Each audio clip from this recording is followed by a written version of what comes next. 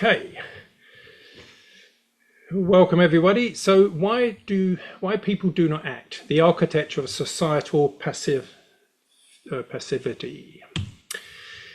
Okay, is a very apt quote. People who suffer from learned helplessness think they have no control over their situations. So even if their suffering is great, they won't take the smallest action to change matters because they figure, what's the point?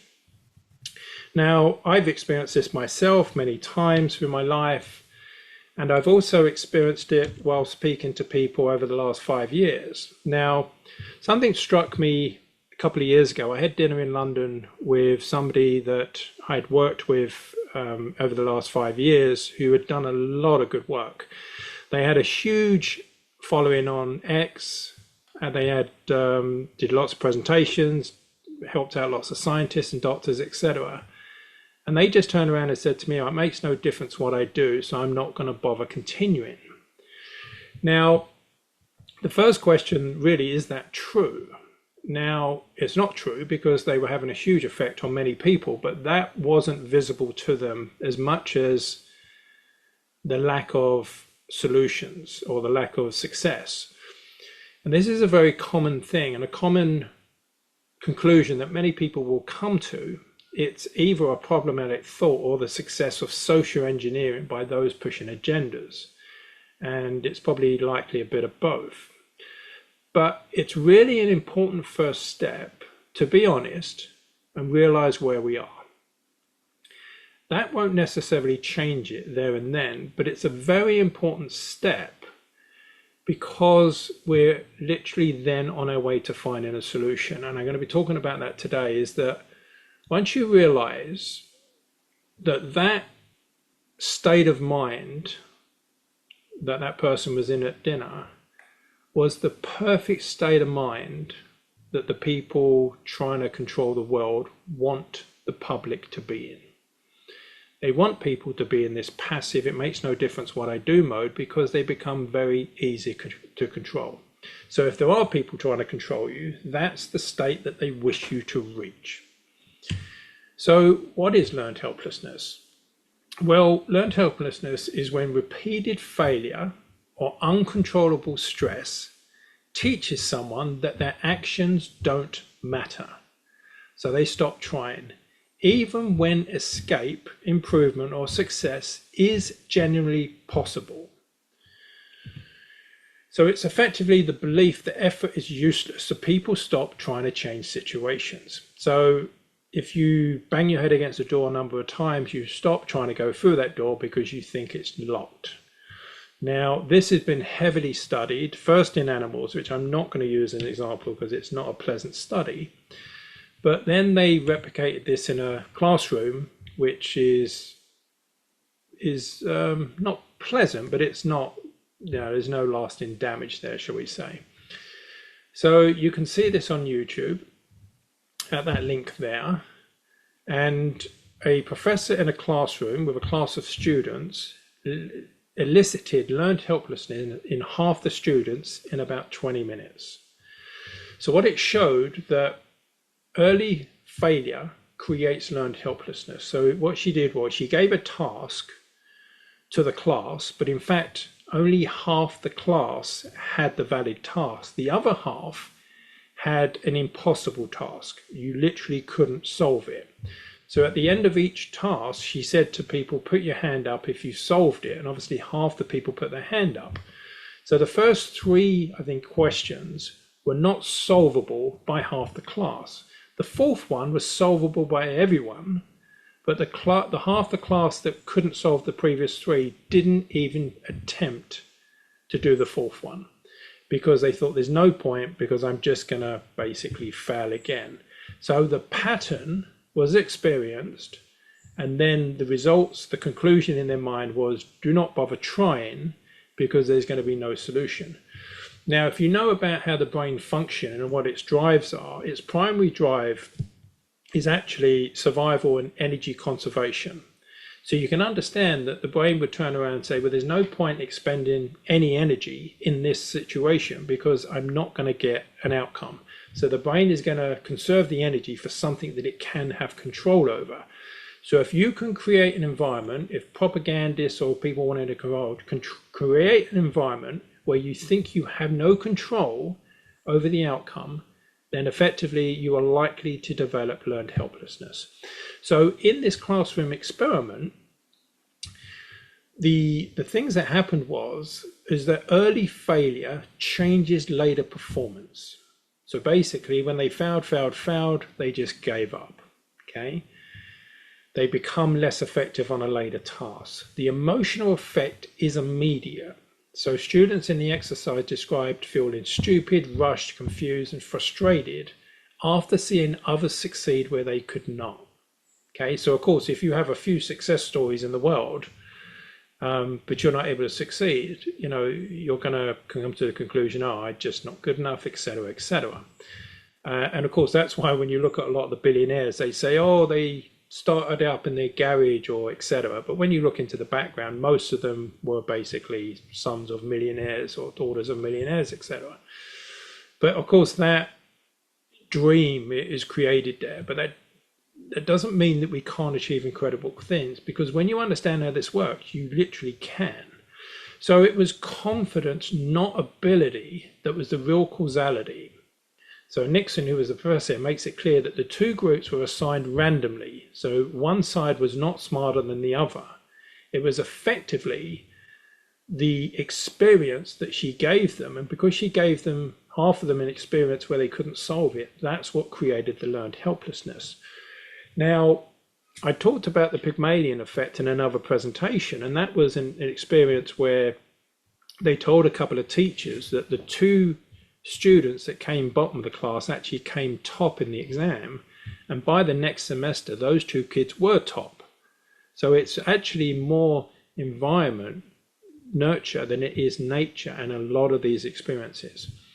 And of course, people will often generalize one failure into future situations. Oh, I failed then, so I'm going to fail again. And the video defines learned helplessness as failing once or feeling unable to do something and then carrying that expectation into future situations. So if we feel like whatever we do has no effect, that's the belief or opinion that's going to form, and then that's going to become a self-fulfilling prophecy. And of course, this within this video, the speaker, she extends the context into social life. Suggesting it can affect dating, friendships, response to all world events. And her practical message is that people need to practice handling failure without shutting down.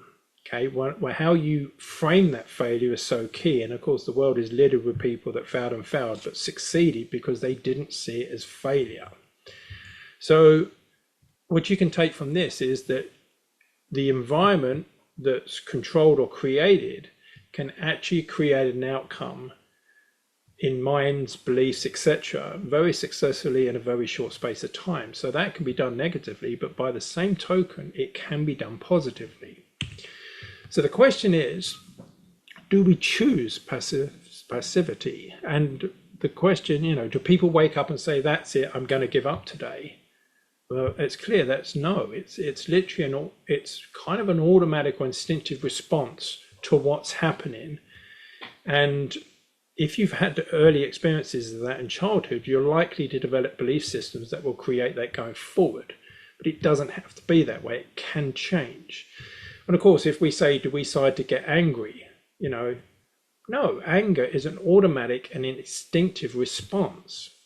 Okay, but we behave as if feelings and emotions are decisions that we make, but in fact we experience most of them as though they just happen to us. So if you think about it, would someone say, I'm going to stop being scared of spiders? Okay, or lifts? Exactly. No, it's not something that they've decided to be scared of, but we almost have this assumption that we are making these decisions consciously. We don't have that level of conscious control. And if someone says to you, don't get angry, when you think about that, people can suppress their anger to the point where, they still feel it, but it doesn't express itself. But in fact, there are ways to process it and let it go. So as I mentioned earlier, the brain is built for energy conservation. Okay, and what takes us out of energy conservation is rewards and punishments.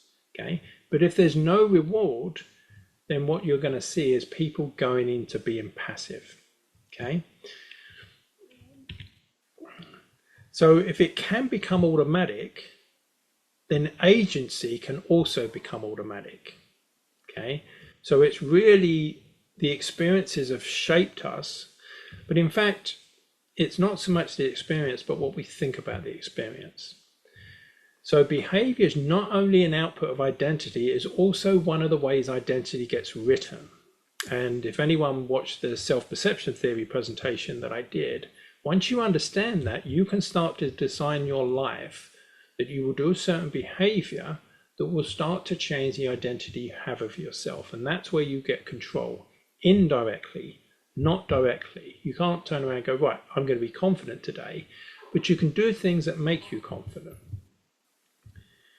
Okay, so this is a slide that I've presented a few times before, and I'm just going to open up what I talk about as being the engine room of the mind, which officially will be called the adaptive unconscious from Timothy Wilson's book, Strangers to Ourselves. And it's a very powerful concept that the unconscious mind has a series of processes to adapt to our environments, but also to provide us with important information. So if somebody comes to a conclusion, what can I do? It's not that they've consciously decided that, it's that a series of unconscious processes have led them to that conclusion. So they might have a belief, I cannot change it. You've got internal drives and hardwire, and I won't go into those today because it will take a bit too much time. But you might have government serves, you might have it's too difficult to change it, we never win. Any of those beliefs will act like a hallway of mirrors to end up with what can I do? Now, a very powerful question to ask yourself is that true? Okay. And of course, if you look at, a few billion people said, what difference can I make? You see how ludicrous that sounds. Okay. So in fact, this is where a lot of teachers will say change comes from within, which is if you change the inputs to a thought, the outputs will change. So effectively, what we would want to do is to leverage change and there's many different ways we can do that, to change these internal structures that people will come to a different conclusion. Now, I tell a number of stories about this, and one of my favorite is where someone came up to me at one of the conferences and said to me, I want to thank you for helping me with my communication. I said, that's great. What happened? She said, oh, well, you gave me the confidence to go to one of the major supermarkets and get the mask mandate overturned in 24 hours. So when she did that, what do you think changed to her internal structures? It's no longer going to be, I cannot change it. It's going to be, well, I can do things. Yeah. And that was one person with no training in law or anything, but she just had a desire to do something. And that doing something, that behavior would have changed her internal structures. Now that story can actually change other people's internal structures. And that's why, via what's known as narrative transportation theory, that's why stories, the TV, the media, has such a profound and important influence over people's belief systems and their opinions. Okay, so much of this processing and thinking happens outside conscious awareness. So if you're talking to someone and they snap back with an answer, that probably hasn't been consciously considered. It will be a reaction, and likely conditioning or learning that's done that. Now, conditioning isn't a bad thing, but it can be a bad thing if the answers that come out are not true or not empowering. Now, I've met many high achievers that still have a belief that they're not good enough. I've pretty much seen that in every single client I've ever had, and I think it's a byproduct of the school system in that you're trying to get exams to come first, but you can't come first in everything. So a natural byproduct of that is I'm not good enough. Okay. And of course, if, those around you are giving you feedback that's, say, critical, but never approval, then you may develop a belief, if not, nothing I do is good enough. And I'm very familiar with that one. So this quote I found very powerful. It said, if you wanted to design an institution to mass produce compliance, you'd probably end up reinventing the modern school day. Rows of desks, centrally planned schedules, and bells that tell you when you're permitted to think about something else. So think about what the environment of school does. It's not so much about the content, i.e. what you're being taught, but how you're being taught it. Oh, I have to listen to the person at the front. I'm only allowed to go to the toilet if they give me permission. I must dress like everyone else, etc., etc. So you'll develop a lot of unconscious beliefs and probably some conscious beliefs, how to fit in, and not following or complying will feel uncomfortable to those values. And I've spoke about certain studies where what happens is that when that's repeated enough with emotion, it becomes what's known as a pseudo instinct. It feels like the right thing to do, even if objectively it's not. So the big next question is, how are these sort of beliefs influenced? Now, you can't turn around and go, oh, I'm going to change my belief around this. I'm just going to believe that I'm good enough, because it doesn't work like that. But because you can't control your unconscious and automatic nervous system directly, but you can do obliquely and creating conditions where the desired outcome will occur, i.e. you can indirectly create the outcome you wish to have. So if we looked at, for instance, I can't make my pupils dilate, but I can walk into a dark room to create that as an outcome. I can't say heart rate speed up, but I can go for a run. I can't say feel confident, but I can stand as a confident person does. This is a kid in a Batman outfit.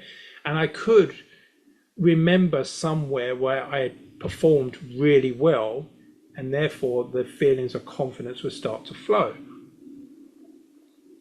You can't say body relax, but you could meditate or start breathing deeply. So you can see how indirectly creating the conditions will actually start to affect the autonomic nervous system, but it happens the same way around belief systems. And I'm going to start to talk about that in a little while.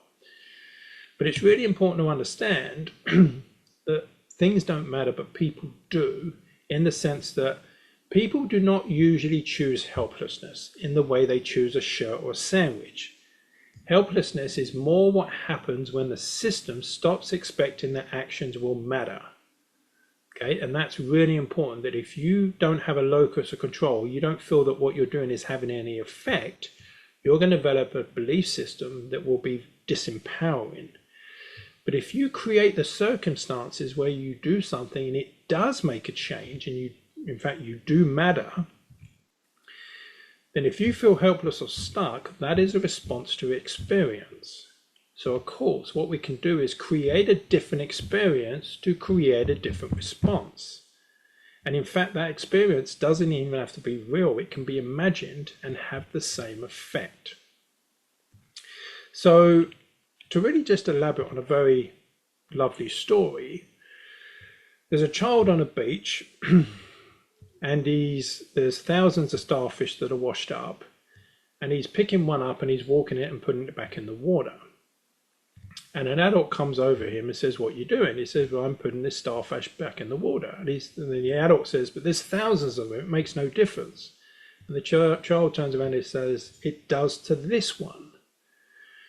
Which is really an empowering story to show you that every change you make will have a difference. And of course, if many adults then joined the child, then in no time, all the starfish would be back in the water. But if we develop a response that nothing I do makes any difference, then that's going to create the very thing that's going to create the outcome. That makes sense? So it's really understanding that learned helplessness is not something that people are choosing to feel. It's something that's happened as an automatic response to their experience. And if we change the experience, which is quite straightforward to do once we know how, then you're going to see the disappearance of learned helplessness and a collection of very motivated people making big changes. So the solution is to change within, because in fact, you've got to change within to create the change without. So I'm going to start talking about a spanner, and a spanner to, metaphorically make that change inside. And to make a change inside to what we call the engine room, which is the adaptive unconscious, that unconscious part of us. So who we think we are is only a result of the interpretations of the experiences that we have had. We are in fact much more than that. It isn't what happens to us that shapes us. It is what we think about what happens to us that shapes us. And we can reinterpret that at any time. So here's just a few things, solutions that people can use straight away to start creating changes. Now, this is one that I used very successfully over the last few months. Keep tiny promises to yourself, such as I said I'd do 3 minutes of meditation daily, and I did. So what's going to happen is you're going to reinterpret, I'm someone who follows through. I made a big mistake in this previously, where I would try and do 30 things in a day, only do say 10, and then just always have that feeling of never completing things. When I changed it to just, making sure that I did at least 3 things and always did those 3 things, my mind then shifted to a person that gets things done.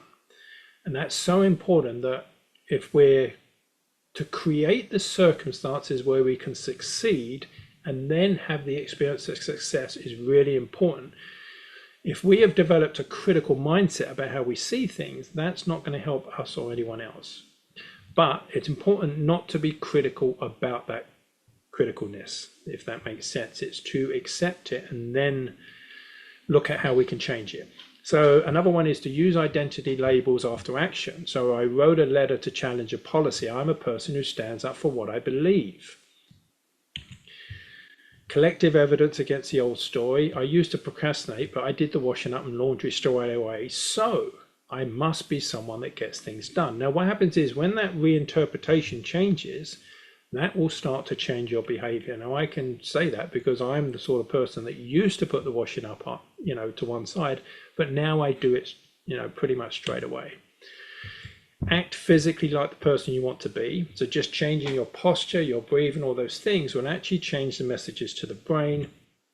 And finally, record wins. Now, this is really key. Now, I know a number of groups that do this. When you record wins, it's proof of character and proof of action and proof of success. So you might say, I sent the hard email even though I didn't fancy it. That's evidence I'm becoming braver.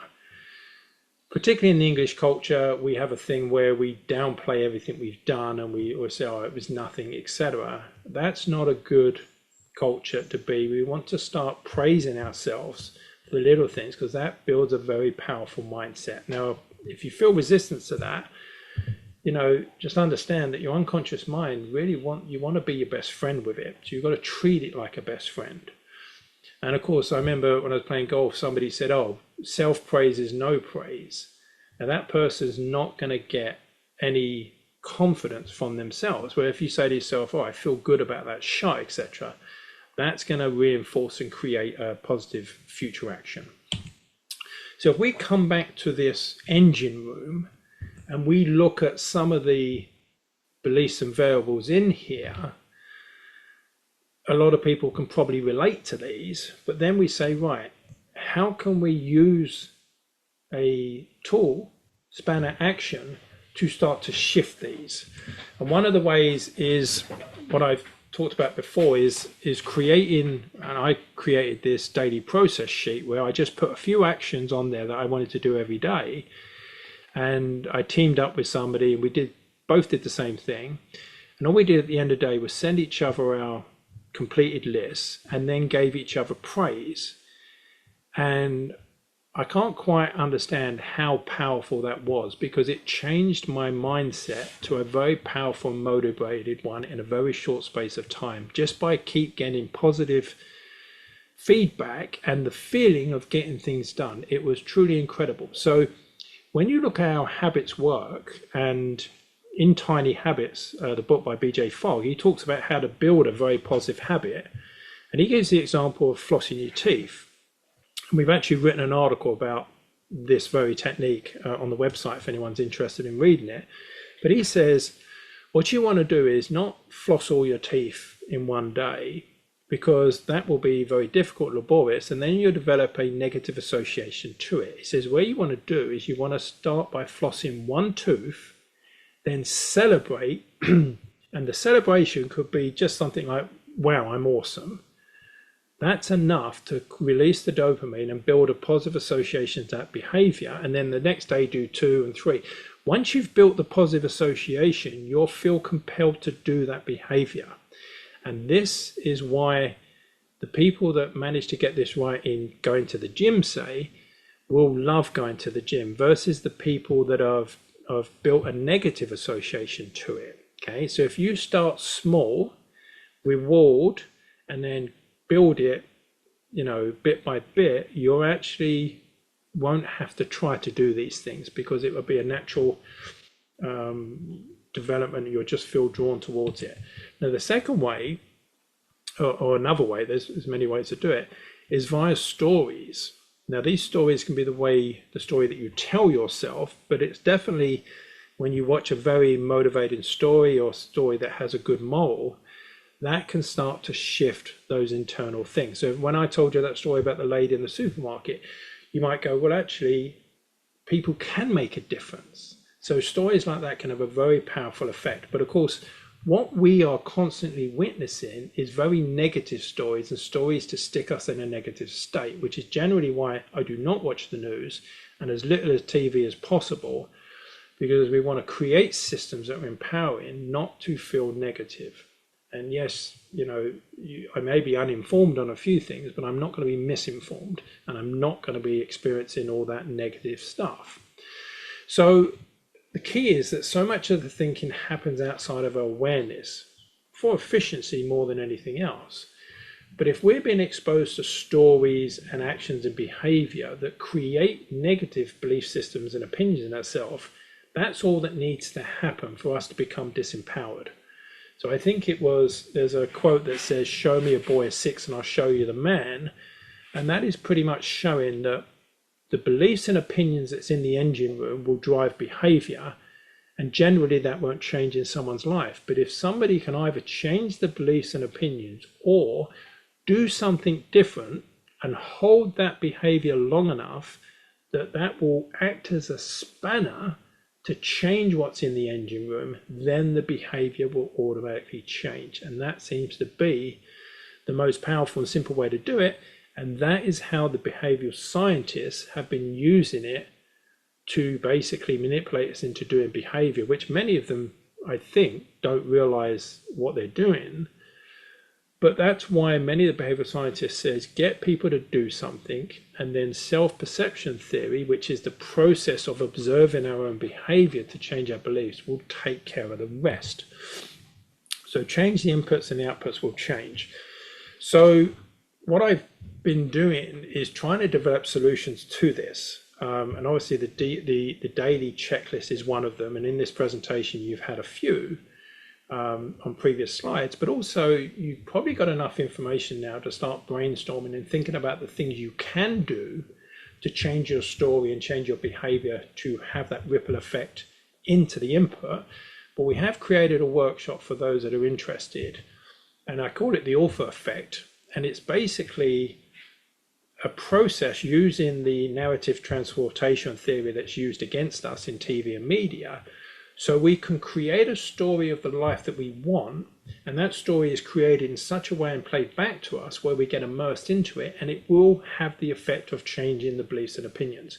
And quite frankly, I've been startled about the positive feedback we've had on this, and here's just a couple of the points. But I do think that if we start to tell different stories and we set different goals and stories to get those, then we can change the direction of travel. And hopefully what you've seen today would have given you some positives about learned helplessness is a instinctive response to what's been going on, but it doesn't have to be that way. Okay, if you've been in a different environment, it's likely that you would have experienced that, or many of those around you would have done.